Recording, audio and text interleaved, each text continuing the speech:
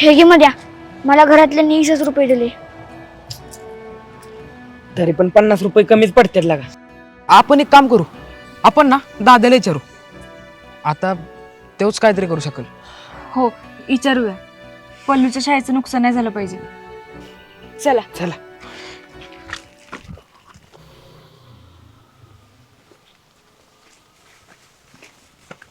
ए पैसे घेऊन कुठं निघालाय? पार्टीचं नियोजन आहे का काय?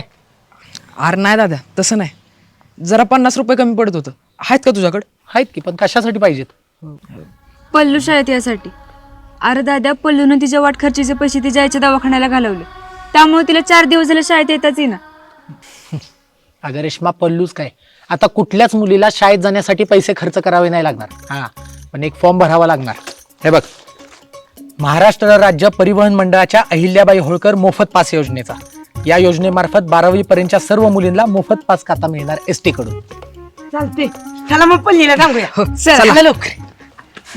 आणि पल्लवीसारख्या असंख्य मुलींची शाळेपर्यंत जाण्याच्या प्रवासाची धडपड अहिल्याबाई होळकर मोफत पास या योजनेमधून कायमची संपली. या योजनेतून 12वी पर्यंतचं शिक्षण घेणाऱ्या मुलींना 100% मोफत पास, तसेच ITI, टायपिंग यांसारखे व्यावसायिक शिक्षण घेणाऱ्या विद्यार्थ्यांना प्रवास पासामध्ये 66.67% सवलत देण्यात येते.